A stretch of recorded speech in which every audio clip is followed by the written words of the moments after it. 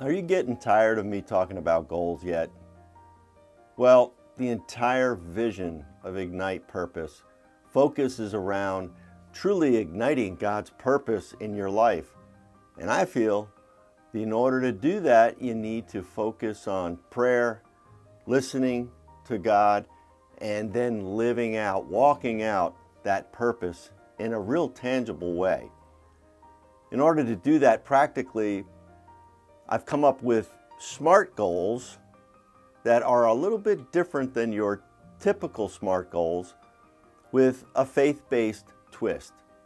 Last week I started talking about the S and M of SMART goals. Today I'm going to talk about the A and R. A is actually attainable.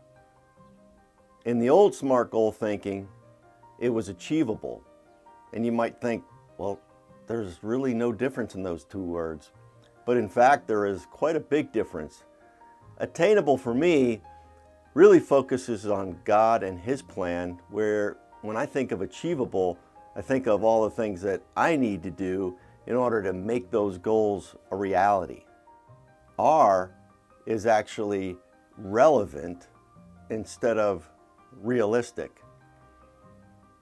Realistic really makes things so tight and so focused on my thought of what realism is, versus relevant turns back to God again. The relevance of your goals in God's perspective might be a lot bigger than the realism of you keeping it small and in a box.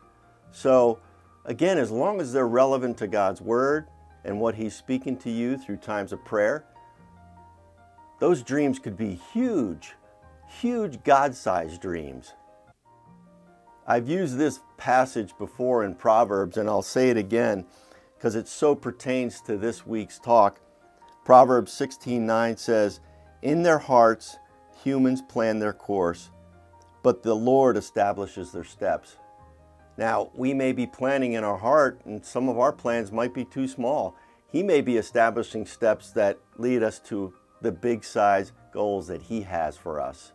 So with these two letters of the SMART goal process, I want you to rethink your goals once again. I want you to think big, relevant to God's Word, relevant to how God is moving you. You know, He has a special DNA that is just yours. And He has the same thought, the same process for your purpose. He has a special purpose just for you. And you need to spend more time in prayer, focusing on what that purpose is, and step into it in the fullness, the bigness that He may have for you. Now, again, I've said a lot about big dreams and big goals, and it may be a small thing, but at the end of the day, it's yours. It's your special purpose. Step into it this week so you can live, love, and lead like Jesus like never before. God bless your week.